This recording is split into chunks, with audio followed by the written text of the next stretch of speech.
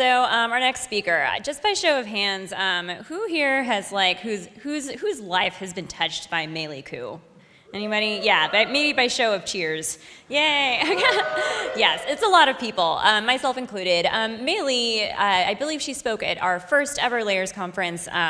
We had known each other for a while, but that was kind of like the first time that we really became friends, I think. And since then, like, she's kind of been the unofficial fairy godmother of Layers. She's always there when I have a question about content or need speaker recommendations. So Maylee has basically been like a big part of what Layers has become. She's just the most wonderful person ever. So we introduced her a little bit earlier during the panel. She's the VP of Design at Khan Academy, but really just like as a person, super, super special person to both Layers and many attendees here. So we thought that for our 5th year, it would be wonderful to close out the event with a talk from her. Her computer's getting set up right now, but I think, why don't we start, this will be fun. Let's chant for Maylee. Ready? Maylee, Maylee, Maylee, Maylee. And then we'll end it, like she'll come out when this is done getting set up. Maylee. She's dying right now.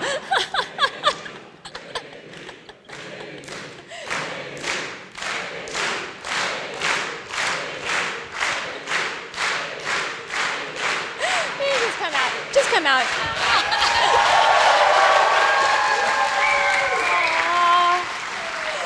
I love to embarrass my friends.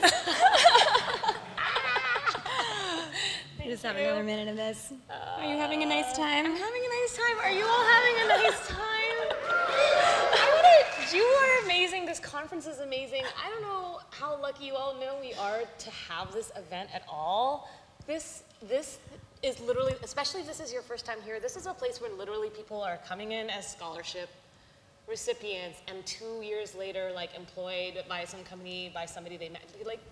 Like Jesse and Elaine and people here are like walking the walk. They're not just talking the talk. A lot of people, a lot of conferences are, you know, talking about like doing new stuff, but like, what other conferences are there where people are like, oh my God, have you seen the bathroom? When is that? Like, yeah. I know, and it's really hard to market that. And everybody's like, yeah, right? Everybody's like, oh, like, we're user-centric, we're human-centric, we really think about customer experience, like, but you're actually doing it, so.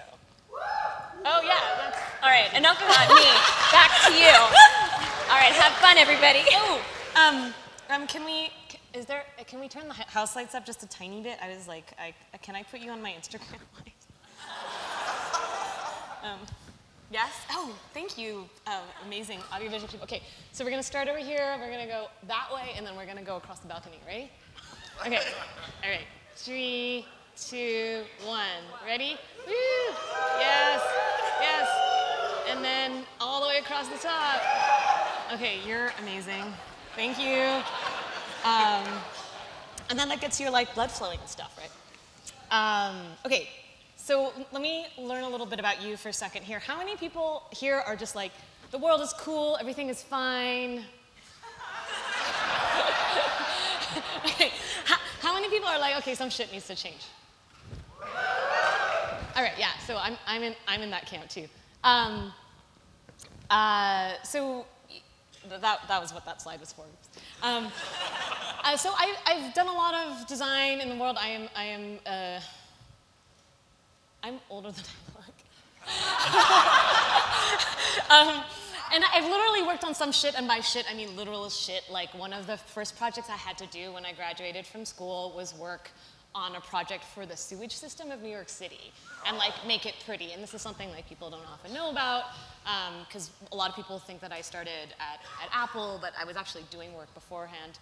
And yeah, so there's that, and I worked on the first iPhone back when Steve Jobs was like, cool, third-party developers make web apps. That's how you're going to make apps. But anyway, we're not going to talk about any of that today. When Jessie first asked me to put together this talk, she said, I really want you to talk about being a polymath. And she's like, well, you do all these different things, and it's always really surprising. And I thought about it, and I realized that there's actually something that brings all of my work together, and that is joyfully subverting the status quo. This is kind of a personal talk. This is kind of what I'm about, but also an invitation to all of you. So So let's talk about what this means and why I care about joyfully subverting the status quo. So it's gonna get a little dark for a second. We're gonna go back, do a little bit of a history lesson, but I think it'll be worth it, and it might really resonate with some of you. So I'm from a lot of places. My parents were born in Indonesia. I have some Chinese ancestry. I was born in the Netherlands, grew up in Canada, now living in the Bay Area. I've been part of a Colombian family for about 19 years as well. And mango biche. We're gonna talk a little bit about Indonesia, where my parents come from. Growing up, I always was told this narrative like, hey, you know, you were very lucky that you have papers, you don't know what we had to go through for your safety, yada yada. For any of you who are children of immigrants that have escaped something, you may have heard narrative along these lines.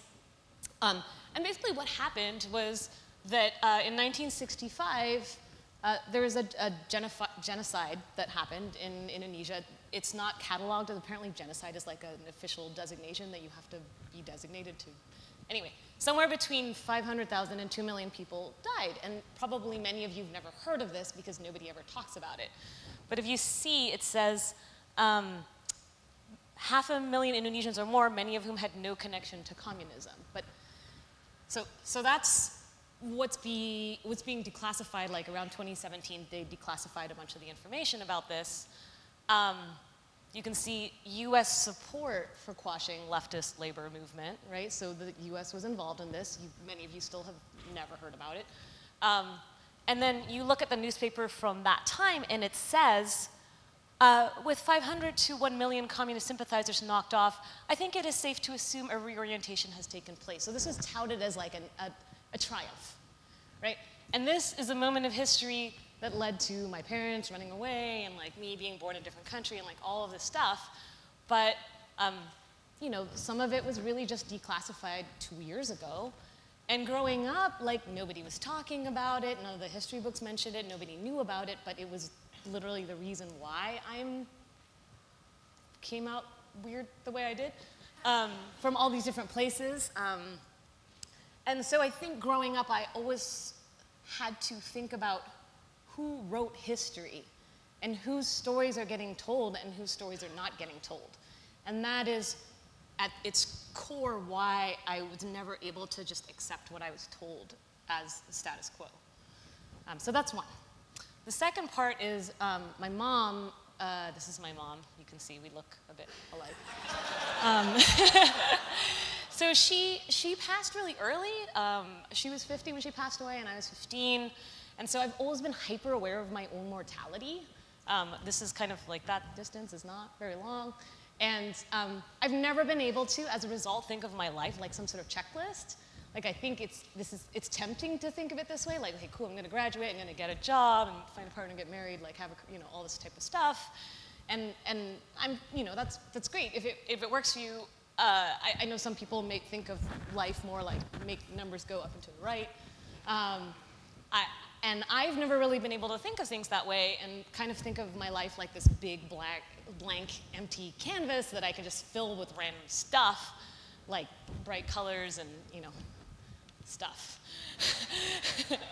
And so, yeah, I mean,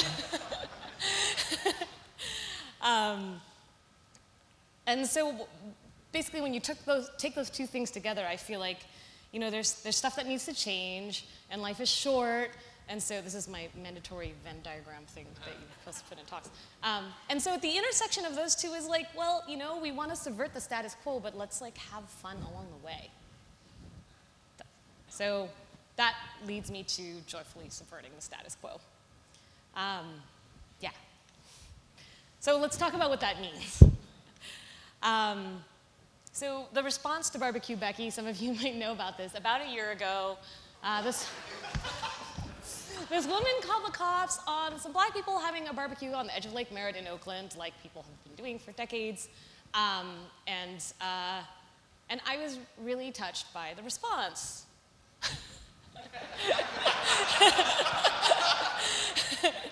Which looked kind of like this. And literally, thousands of people turned up and started barbecuing every Sunday at the lake. Look at this. Amazing. This is amazing. And dominoes, and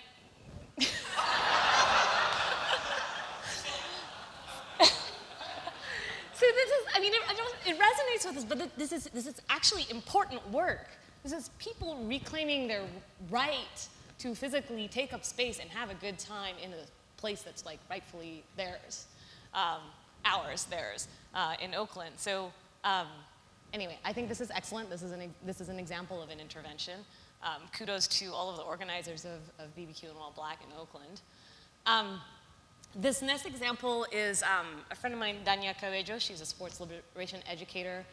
As many of you are familiar, sports and politics, they're not separate. You know, at a time when Kaepernick and professional athletes around the world have been using their platform to speak out on injustices, Dania has also been helping grassroots work along those same lines. So this is a story in a documentary about some kids in Oakland who are subjected to all kinds of stuff. Some of them are DACA recipients who are literally worried about them or their parents being deported by ICE any second. There's all kinds of violence. Life Academy in Oakland is over 90% free and reduced lunch population. And I have personally also been touched by the community in that there have been students that we've lost who were innocently, you know, just in the wrong place at the wrong time and wound up being no longer with us. But what Dania helped the students understand, and really what they brought to the table, is that they could organize and make space for their own play and also their own ownership over their physical bodies and play space in the community. So what they had at Life Academy is this, which was nicknamed the prison yard, just kind of a hostile play environment. They realized there's this community of 60,000 people that had no place to play football, soccer. How many of you are soccer/football fans? You've got a bunch. I know there's a lot of, yes. Yeah, okay, cool. So you know, growing up, how important it is to be able to play. So these students organized and actually were able to raise $100,000 of their own and something like over $700,000 in matching money from other sources to create a play space for themselves. And at the last minute, some of that money that was under control of the district tried to not spend it on that, so they organized. And I'll just share a little bit of footage of the students in action. Uh-oh. We need audio. Done our part, please do yours. Thank you. In times, I'm gonna go back so you can hear the student's voice. 2 years ago, we started a campaign to get this field built.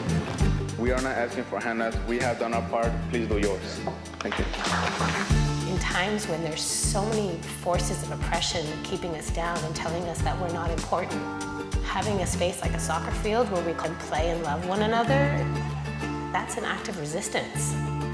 And the Futbolistas has been just that. 1, 2, 3. Futbolistas! So you can see the field today if you go to the Fruitville.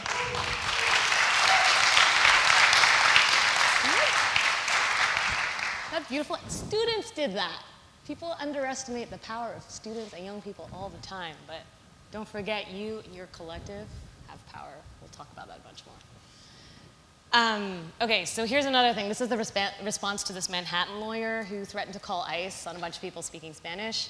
This is another response that I was like, yes, this response. And by the way, do people here, raise your hand if you know the song Cielito Lindo. Oh, we got some people. Okay, some of you will recognize it. If you recognize it and you want to sing,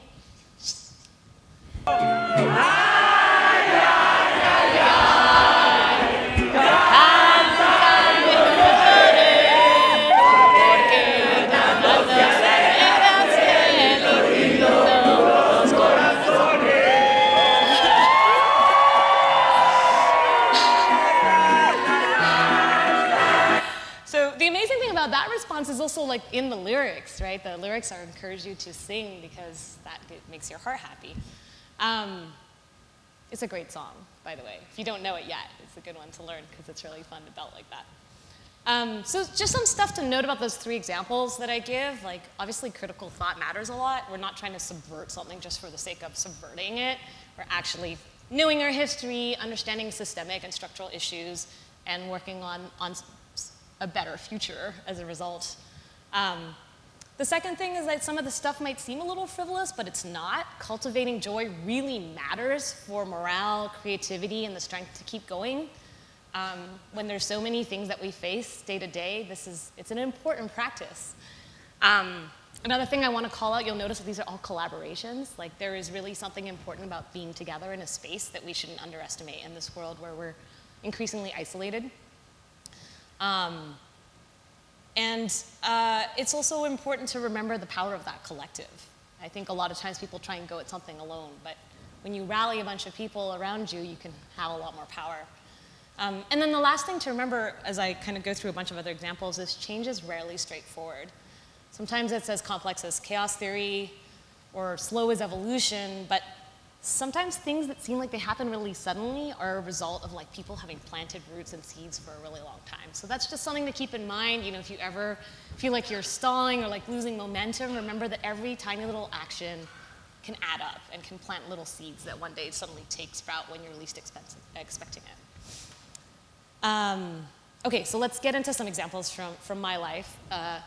This is minding the small things, so per that point of sometimes they're like little tiny seeds that I'm planting. I'll give some examples of those. So this is when face tracking was first released, like first declassified at Apple. There were a bunch of us in HID prototyping, which shout outs to Linda and Mateus who were talking earlier.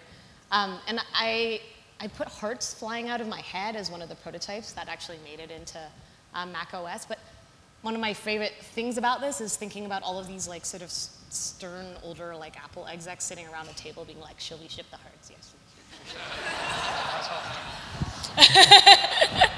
So that was one little subversion. Another one was when we were looking at putting new avatars into Mac OS. I put the Technics 1200s in there with a bunch of Easter eggs.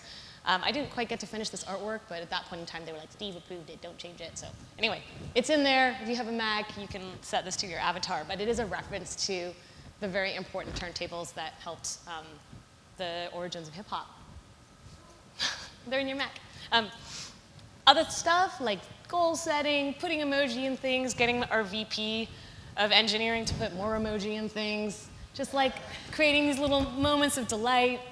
I have a side project that I'll talk about next where it just lets you draw together because Bridger, my engineering partner, who's in the audience somewhere, we're working on this drawing app called Scribble Together, and what we noticed is that so many drawing apps are really serious, and we just want people to draw together and have a good time. So we did things like make the background glittery, and like, you know, use this kind of example content instead of this like really intimidating, amazing stuff that you're like, how am I ever gonna draw that? Well, you can draw this. And unicorns. You know, like we've made a little stamp tool that makes it like really fun to make lots of unicorns. And then we have a little bomb tool. So, we're gonna throw this unicorn out. Yeah, bye. A little bomb tool where you can explode things that you know, because it's fun. So, yeah. Cool. So this next one is about experimenting with format. For some of you, like you can do the same thing you would normally do, but just change the format app a little bit. So an example of that is like making everybody dance at a conference. Before. And this is going at the top of my LinkedIn.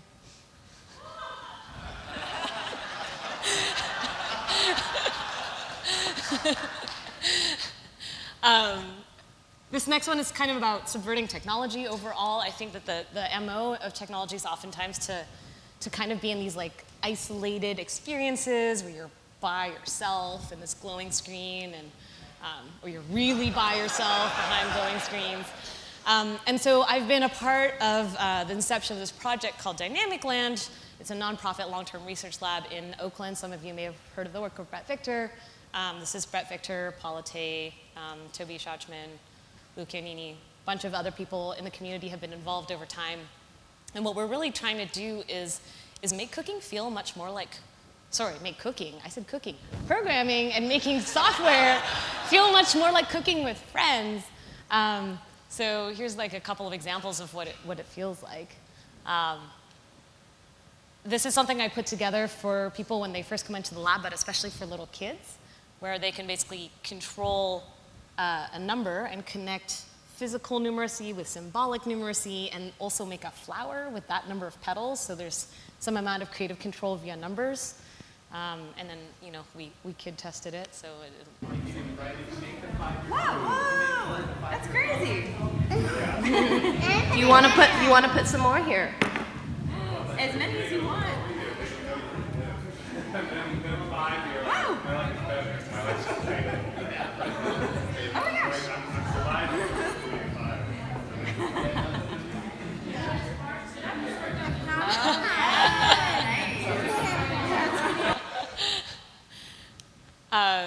The other thing I like to do is like make fuzzy, cute things out of everybody's super serious hardware prototypes. So this is the token table. It's another part of the research in dynamic land where objects can move around themselves using a magnetic toner under the table. But the prototype was kind of sad and lonely, and it just looked like a bunch of wires. And so me and Paula, who's a researcher in the lab, just went and made little felt sock puppet faces for the controls. And then immediately people started playing with it and coming up with other neat behaviors for these objects on the table.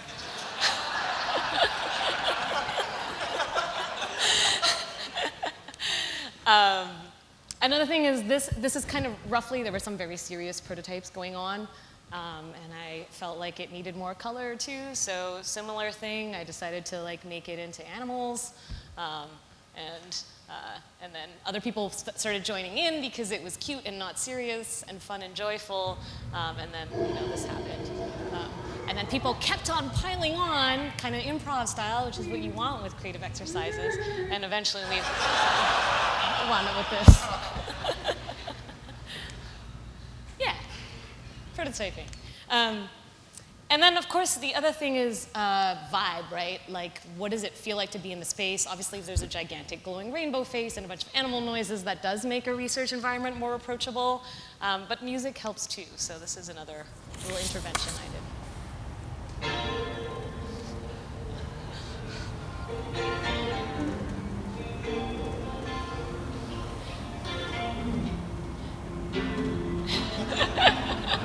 This did it to everybody's work. So as soon as I flipped it over, everybody was stuck with Francis. So that's dynamic land.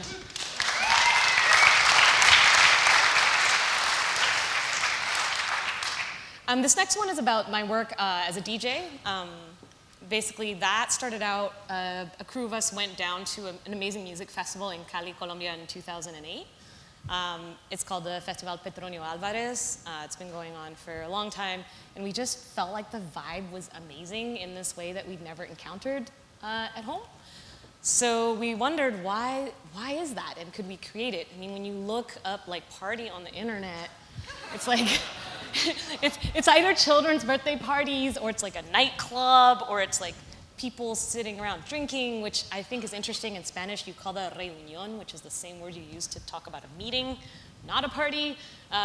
Anyway, so we felt like we needed to do something. And we all love music, and I especially love dancing. So we decided to take control of the music.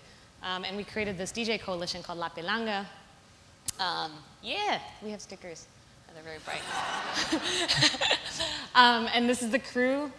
So this is when we DJ'd for some fish at the Cal Academy of Sciences. We played all this music about oceans, and then somebody's like, what about the ones that are about like fish that you eat? I was like, no, don't do that, that's mean. So we didn't play that music, but anyway.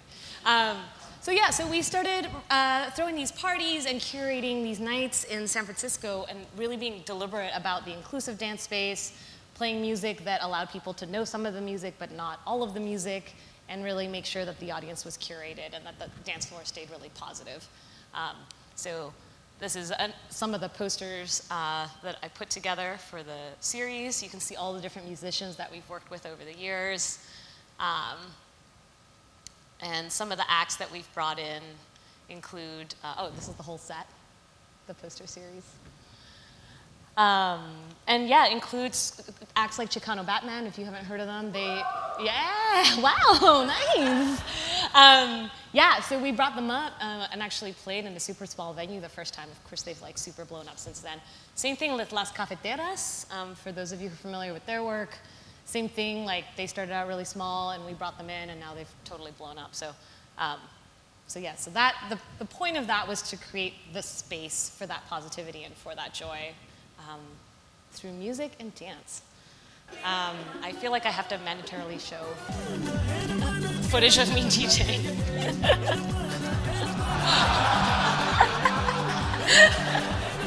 It's like slightly embarrassing because it's from like 10 years ago. All right, you get the gist. All right, so this next one is about a project that I was super fortunate to be a part of as a collaborator. And I think that's something that's a gesture that you can make when you're joyfully subverting status quo. It can be very symbolic. And I think this is something that if any of you have studied art, you've probably had to talk a lot about symbolism and the importance of symbolism. And it's another thing that's really powerful. It can be a small gesture, but it can be a symbolic gesture, and that can carry a lot of weight. A lot of you have probably been to art galleries and seen that it feels a little bit like this. It's kind of a little sterile. So this project is called We Are Against the Wall, Estamos contra el muro. This was from the early fall 2016. And the lead artist is Sita Baumick. So what these artists did was build a wall out of piñatas. And this was a collaboration between these two piñateros. Even though it's this fake wall, it's like the feelings around it are real. When Mexico They handmade sends piñatas its in the people, East Bay. They're not sending their best. We will build a great wall along the southern border. And Mexico. So here's the wall in construction. And here's all the collaborators at the closing party. You'll see there's poets, there's chefs, there's graffiti artists, there's a whole crew of us that were working together on this project. And here's what we did at the closing party. It really does feel like this wall kind of took on a life of its own. This is called a guajolota. It's a common food in Mexico City. So it's a tamal, and it's inside of a piece of bread. So it's really like one of those filling foods of labor that would propel your work through the course of the day. We're getting serious with this border smashing.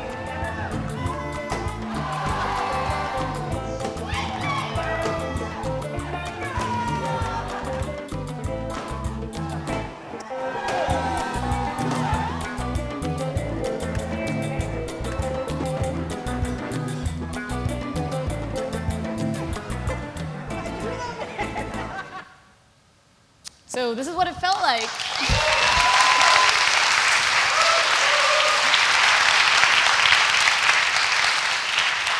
Kind of makes you want to do that now, right? Yeah, so we kind of changed the feeling of an art gallery too. And I think you saw we provided the music. It's actually interesting how much music will just change the feeling in a space super quickly. All right, so this next one, building on history is another important aspect of subverting status quo or joyfully subverting the status quo. There's so much amazing work that's been done, and a lot of the history, frankly, isn't talked about that much.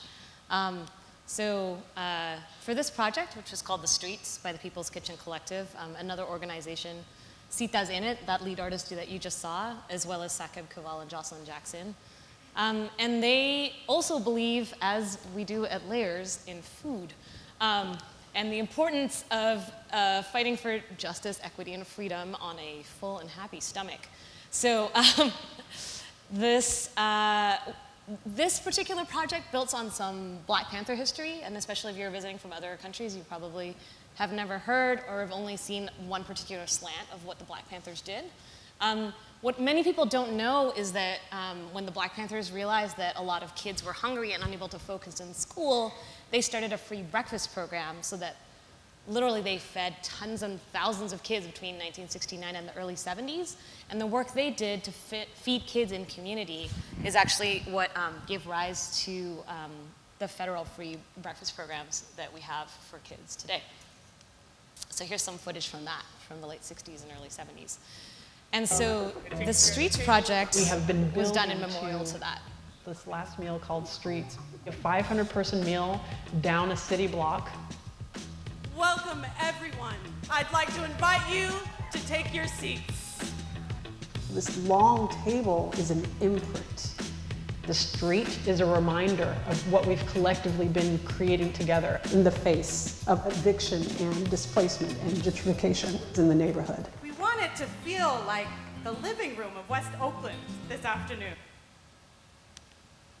These are recipes of resilience. The strength of our communities is at its heart the meals that we share together. And the Panthers recognize that with the free breakfast program for school children and People's Kitchen Collective. We try to continue that work and that legacy.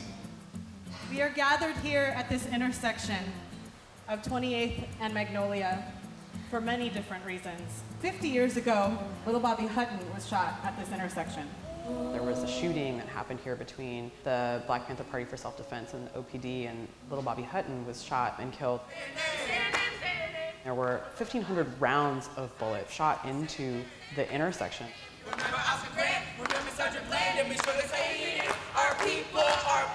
There are no plaques, there are no statues, and that invisibility is something that strikes me so much. When there are no monuments here, we hold that memory. We eat to hold that memory. We cook to continue that memory. So this is what it felt like. 500 people eating a free meal in the streets. Good thing to remember, our remedies are in our kitchens. I just provide the music. Along with some other DJs. So that's the Streets Project. This last thing I'm going to talk about is shifting the nature of work. I think a lot of us I spent a lot of time in conference rooms that look like this, kind of more sterile environments that look like this. And I think it's interesting to think about the shifting nature of work. Like, I think we were talking a little bit earlier today about how design has got more of a seat at the table now than it did before. It's also interesting to notice that Apple was the first company that wasn't just excavating stuff from the earth to have been #1 as far as market cap, I think, in the history of ever. And so work is changing, and where I was interested in taking what I thought the future of work is to Khan Academy, where I am now. Part of what inspired me to do this is that I was thinking about how there's a big unsolved problem, which is how do we use technology in learning? Like, nobody knows. We're just at the beginning of this journey. What would happen if we changed the nature of what we were working? Instead of making something convenient, we tried to actually get at what it is that helps people learn. And what does that look like in a nonprofit that makes software? That's also an unknown problem. There's not many nonprofits out there who primarily ship software. And then the last thing is I felt like there was a lot of room to push forward the industry's diversity and inclusiveness on design teams. So all those problems were things that I thought, okay, well, that's interesting. That's a way of shifting the nature of work itself. This is some people that we have on the design team. I'm proud and honored to have been working with such an amazing team over the years. This is what the team looks like now, also like this. And we do design team things like, work on design systems. We recently launched a new version of our logged-out homepage. It's got fun little animations and hand drawings and collage and real people. But there's also a whole bunch of behind-the-scenes work that I do that I can't even necessarily show, which has to do with how do we actually change the nature of work behind the scenes? When it comes to how we recruit or how we reward or how people's career rubrics work. All of those types of things are things that happen behind the scenes at any place of employment. And I've been thinking about how we can change them so that people have a better experience working. Okay, you ready to check our progress? This is a little bit about what we do. Here we go.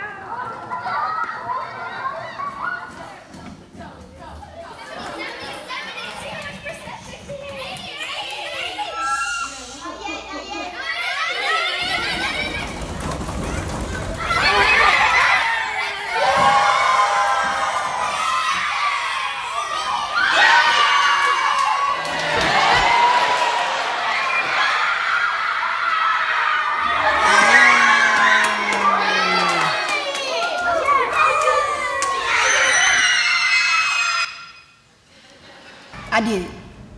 Yep. We here. Started from the bottom, now we here.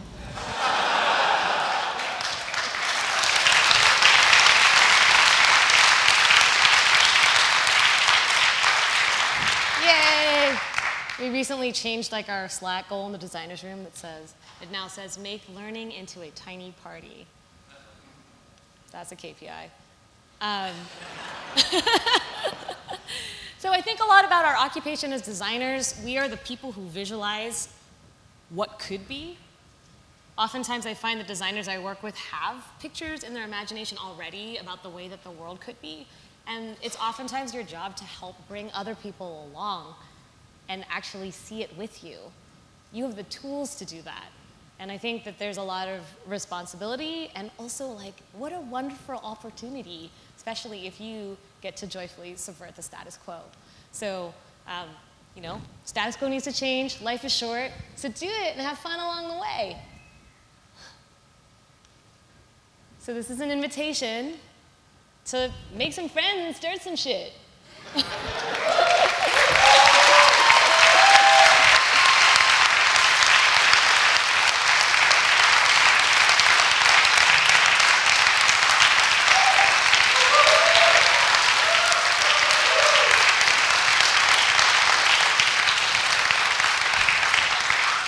I'm mostly just excited to know what you're going to do with this. So if you're already doing something or, I don't know, I want to hear about it. I'm excited for what you'll do. Thank you.